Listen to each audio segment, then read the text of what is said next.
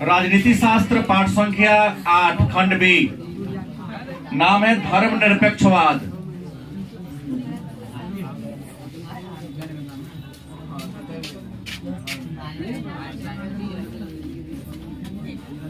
खुश रहिए। इसी को कहते हैं सेकुलरिज्म। हिंदी नाम है धर्मनिरपेक्षवाद और अंग्रेजी में क्या कहते हैं? सेकुलरिज्म। तो सबसे पहले जानेंगे कि धर्मनिरपेक्षवाद क्या है और धर्म सापेक्षवाद क्या है। मूल इसमें दो ही बातों के बारे में जानना है, चर्चा करना है। तो धर्मनिरपेक्षवाद या धर्म सापेक्षवाद को जानने से पहले हमें यह जानना है कि धर्म क्या है।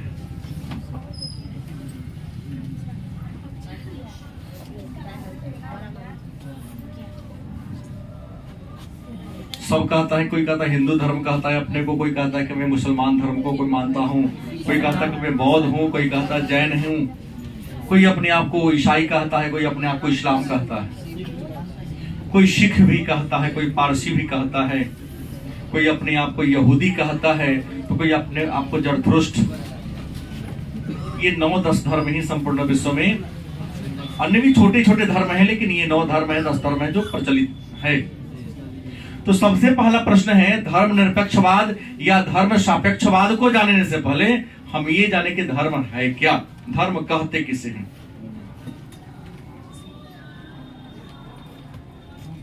बताएगा कोई आप में से कि धर्म क्या है? मंदिर में जाके पूजा करना, मस्जिद में जाके इबादत करना, तुम बताओगे? करो। जो अपने अपने धर्म को मानता है। नहीं तो वही तो प्रश्न है, हंसो नहीं, ठीक। जो इसको है अच्छा बोला, हिम्मत तो जुदाया खड़ा होने का। इसने कहा कि जो अपने अपने धर्म को, लेकिन मेरा प्रश्न अपने अपने के बाद आप क्या बोले? धर्म। तो धर्म क्या है पहले वो शब्द का मैं परिभाषा पूछना चाहता हूँ। चलिए बहुत अच्छा, खड़ा हुए हिम्मत जुटा के, बहुत बड़ी बात हो गई। हम ये तो बताएंगे बाद में, लेकिन धर्मनिरपेक्षवाद पढ़ेंगे उससे पहले क्या है हमें जानना होगा कि धर्म क्या है, धर्म कहते किसे हैं। तो कहता है कि धर्म वह शक्ति है, धर्म वह शक्ति है जो, धर्म वह शक्ति है जो व्यक्ति को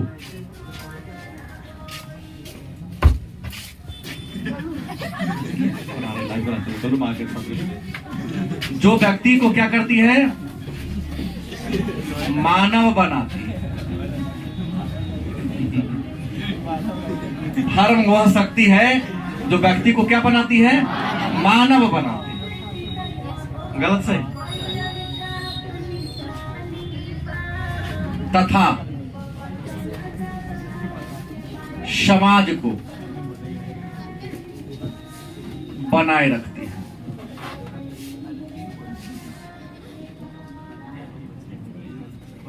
सही है गलत? धर्म क्या है? उम्मीद है कि आज ही आप लोग जाने होंगे धर्म की परिभाषा। धर्म वह है जो व्यक्ति को क्या बनाती है? मानव बनाती है। क्योंकि जिस व्यक्ति में यही चीज नहीं है वो मानव नहीं, जानवर है वह। क्योंकि इंसान की हत्या करा तो जानवर ही न हुआ। मजबूर लाचार के लाचारी का, मजबूर के मजबूरी का, लाचार के लाचारी का फायदा उठाता है। क्या कहोगे? हैवान ही कहा जाएगा।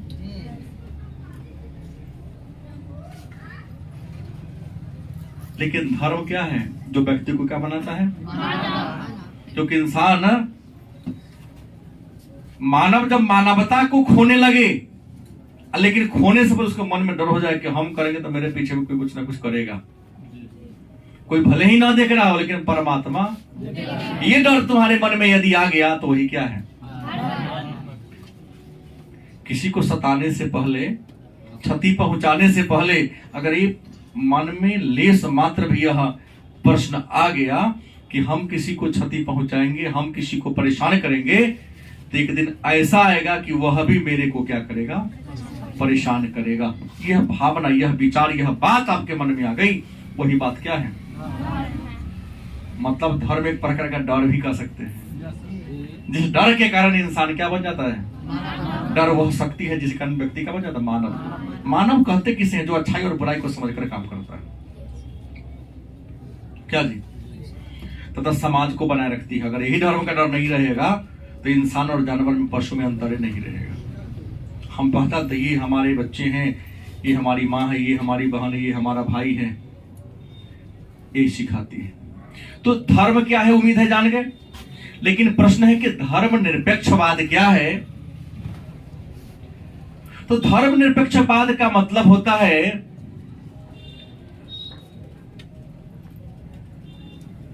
किसी धर्म को न मानना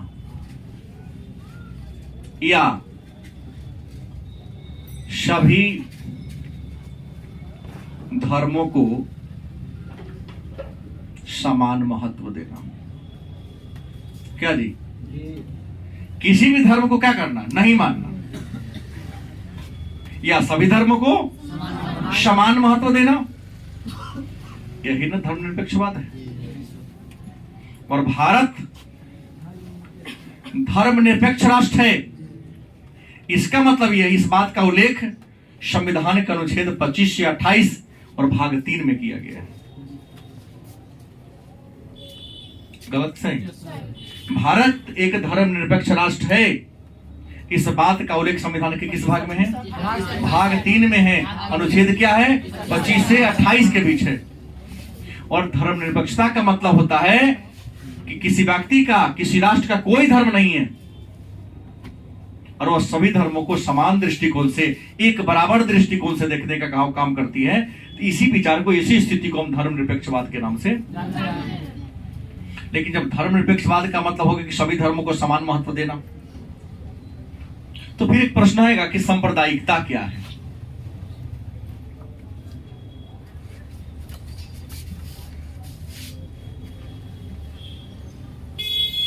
प्रश्न क्या है? सांप्रदायिकता क्या है, या सांप्रदायिकता से आप क्या समझते हैं? तो सांप्रदायिकता के बारे में कहता है कि जब कोई व्यक्ति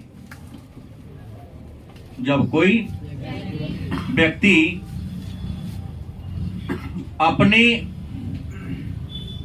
धर्म के सामने अन्य धर्मों को हीन समझता है,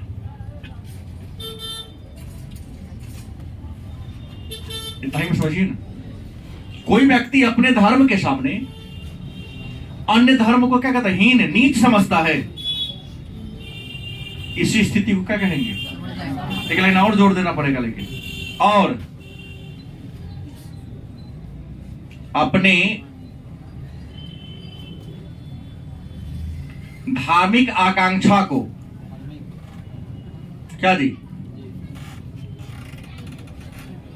पूरा करने के लिए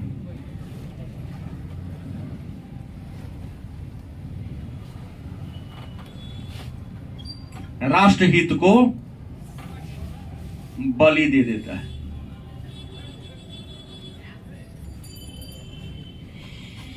मतलब अपने धार्मिक स्वार्थ को पूरा करने के लिए राष्ट्रहित को भी बलि पर दे देता था। इसी को क्या कहते हैं? संप्रदाय। अब प्रश्न है कि धर्मनिरपेक्षवाद क्या है, सांप्रदायिकता क्या है और धर्म क्या है? तीन बातों को हम लोगों ने जाना। तो मन में प्रश्न होगा कि क्या कोई देश किसी खास धर्म को अपना राष्ट्रीय धर्म घोषित कर सकती है? अगर कोई देश किसी धर्म को राष्ट्रीय धर्म घोषित कर देती तो उस देश को क्या कहा जाएगा? देखिए, सरकार को पावर है, संसद को पावर है, उस देश की पार्लियामेंट को पावर है, चाहे उस देश के पार्लियामेंट को जिस नाम से जाने। जैसे भारत के पार्लियामेंट को संसद कहते हैं, अमेरिका के पार्लियामेंट को कांग्रेस कहते हैं। क्या जी? अलग अलग देश के संसद का अलग अलग नाम है। जैसे रूस का क्या है? ड्यूमा, जापान का डाइट। याद कराए हैं आप लोग, भले ही भूल गए हों। क्योंकि हम तो सपोर्ट ही नहीं करते हैं। याद करवाते थे हम, याद है ना, प्रतिदिन 10 को 12 को प्रश्न करवाते थे, लेकिन आप लोग सोचे कि बोरे काम है ही। अच्छा वो ना बोर होगा, फिर सोमवार से जो शुरू होगा वो तो बोर नहीं होगा, तो पूरा इंडिया वाला है, तो पूरा जीएसई है टॉपिक। तो किसी देश के संसद को यह पावर है कि किसी देश को, किसी धर्म को अपना राष्ट्रीय धर्म घोषित करे, स्वीकार करे या स्वीकार न करे। तो आपके मन में प्रश्न होगा कुछ ऐसे देश का नाम बताइए जहां का राष्ट्रीय धर्म कोई हो। तो हम लेंगे सबसे पहले पाकिस्तान का। पाकिस्तान का राष्ट्रीय धर्म क्या है? क्या है? बांग्लादेश का ले लो, क्या है? इराक का, ईरान का, सब इस्लाम है। अमेरिका का ईसाई, ब्रिटेन का ईसाई, भूटान का बौद्ध, चीन की ये धर्म सापेक्षवाद है, धर्म निरपेक्ष है, धर्म सापेक्ष नहीं है। तो जब कोई देश किसी खास धर्म को राष्ट्रीय धर्म का दर्जा दे देती है तो उस देश को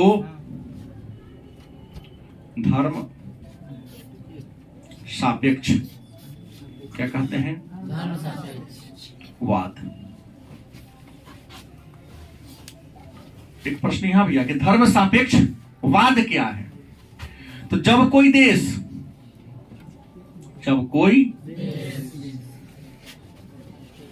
किसी धर्म को राष्ट्रीय धर्म का दर्जा देती है तो उसे क्या कहते हैं? 4 गो प्रश्न यहां पर बना।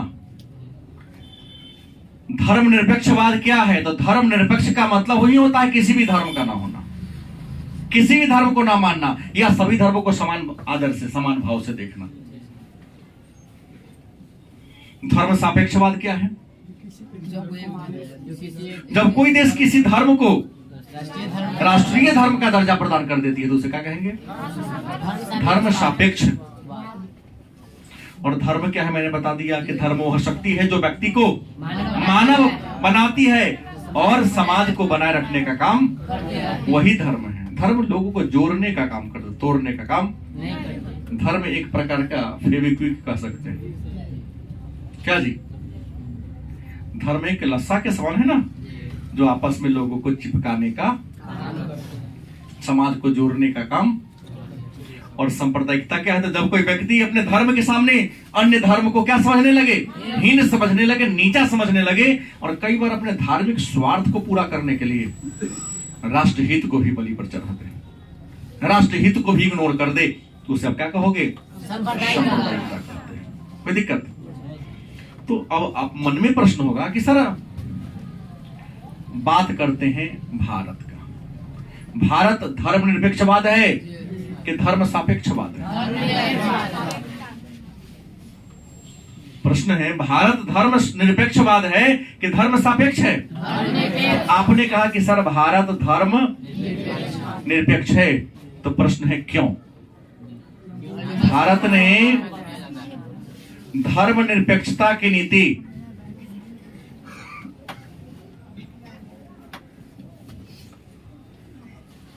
क्यों अपनाई?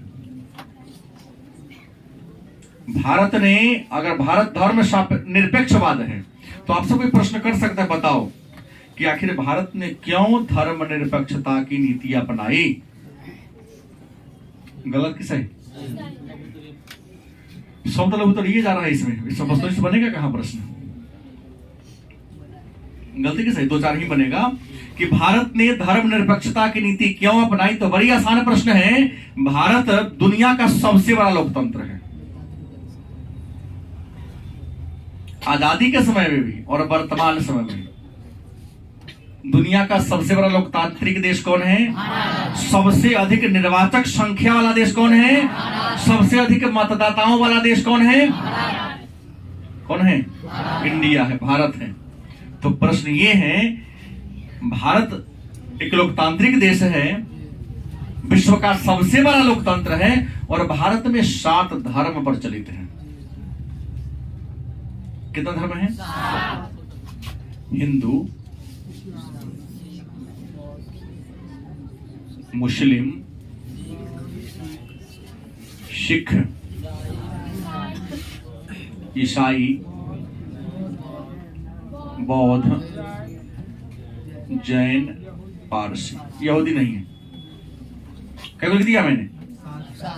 12वीं के ज्योग्राफी में चर्चा करूंगा इस सातों धर्म के बारे में। किस धर्म की आबादी कितनी है, किस धर्म में शिक्षा का स्तर क्या है, किस धर्म में लिंगानुपात क्या है, ज्योग्राफी का टॉपिक है सारा।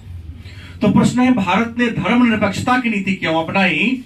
तो भारत ने धर्मनिरपेक्षता की नीति इसलिए अपनाई क्योंकि भारत विविधताओं से भरा हुआ देश है।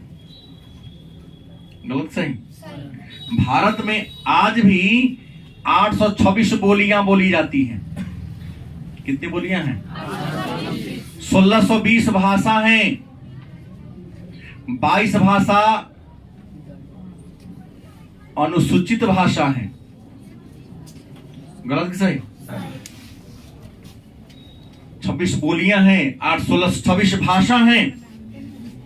22 भाषाओं को, इनमें से 22 भाषाओं को संविधान के 8वीं अनुसूची में, गलत कि सही, जोड़ दिया गया। इतना ही नहीं, भारत में 4 प्रजाति के लोग रहते हैं।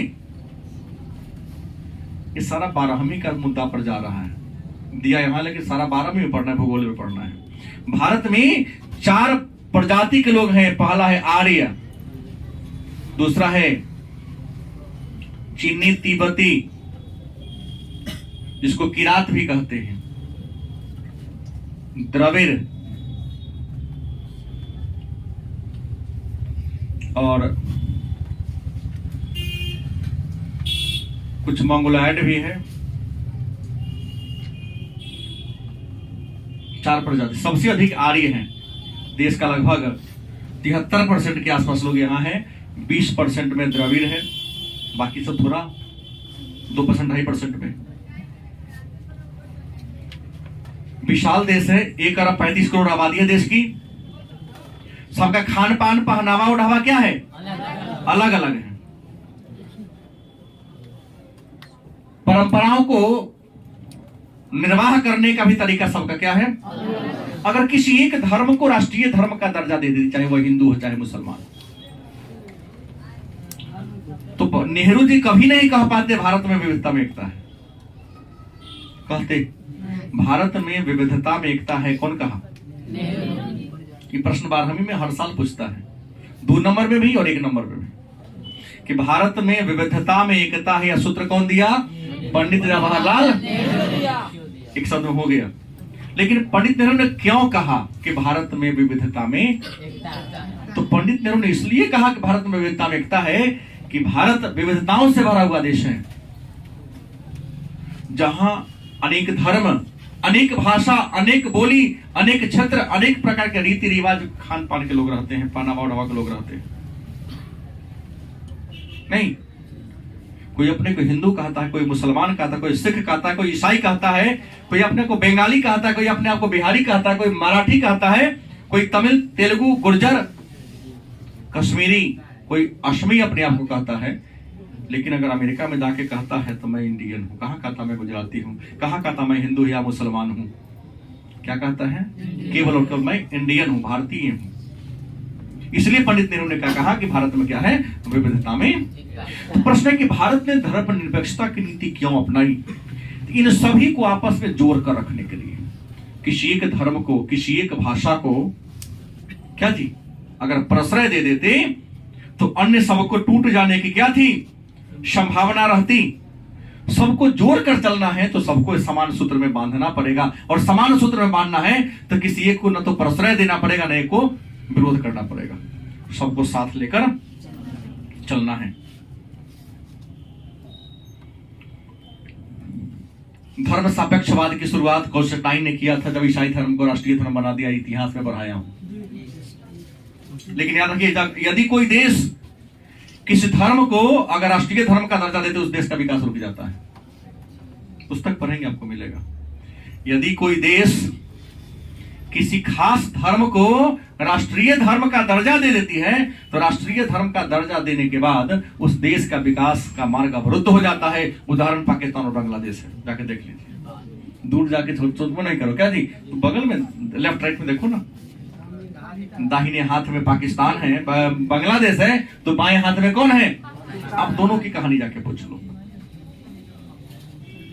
अपने यहाँ 1150 रुपए में सिलेंडर मिलता है, तो मोदी जी ने बहुत बुरा कर दिया। जाओ पाकिस्तान 10 रुपए सिलेंडर मिलता है, 10,000 में बिकता है।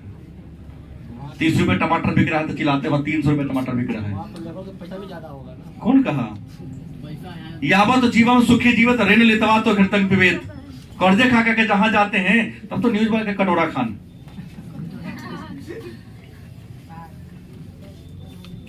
आप काहे भारत को कमजोर होता? मार फट्टा कर कल चाइनीज को सोच बोले था, कल नहीं लगता टीवी सब कमजोर काहे अपने आप को बुझता? इतना फट्टा फट्टा मारा कि विश्व में सब देश हंस रहा है चीन के। चोटा तू बार बार यही करता है, काहे जाता है?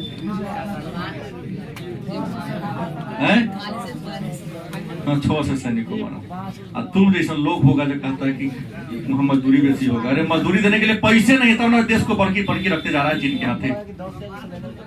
कुछ नहीं होगा, मजबूरी उसके उतना बेचना।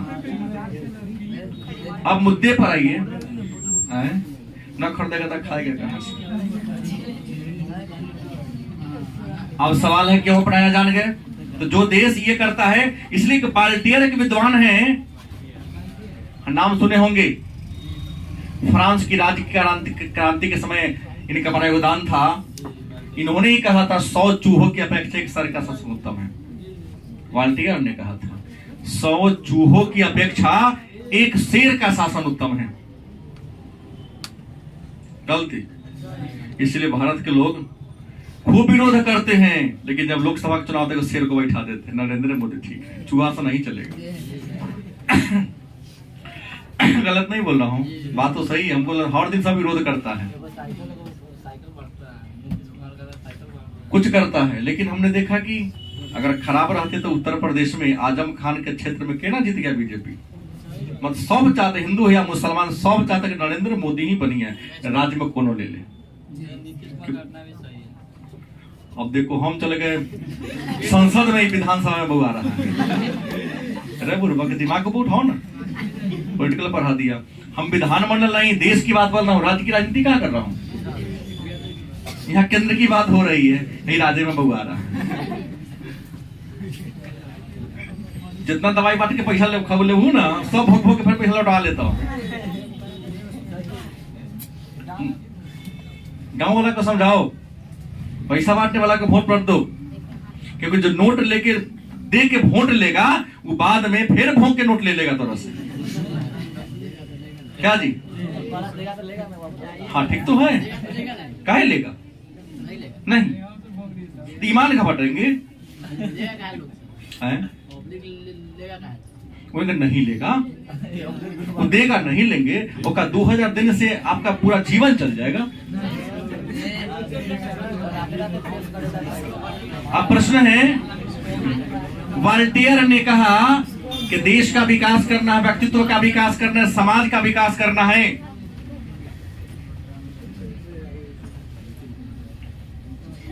कहा कि भगवान के खातिर हिंसा से बचो। अगर तुम्हारे पास कोई भगवान नहीं तो भगवान बनाओ। जबकि उसने कहा रिलीजन इज एन ओपियम, धर्म एक नशा है। इतिहास के पन्नों में सिमट कर रह गए, उससे अधिक नहीं गए। लेकिन इन्होंने वाल्टियर ने कहा उस समय लड़ाई बहुत चल रहा था और इंसान डरता किसी से तो भगवान से डरता है। तो कहता है कि अगर हिंसा से, भगवान की खातिर क्या करो, हिंसा से बचो, माने मार काट मत करो। अगर तुम्हारे देश में कोई भगवान नहीं है तो भगवान को रचो, लेकिन हिंसा से क्या करो, क्योंकि हिंसा इंसान और इंसानियत तो दोनों को क्या करता है, अंत करता है। लेकिन भगवान जो है वो इंसान को क्या करता है, रचता है। और जब तुम किसी भगवान को मानोगे तो तुम हिंसा करने से भी क्या करोगे, डरोगे। देखिए, धर्म निरपेक्षवाद और धर्म सापेक्षवाद किसी ने आलोचना किया है, किसी ने ये किया, लेकिन कुल मिलाकर के धर्म निरपेक्षवाद एक अच्छी बात है।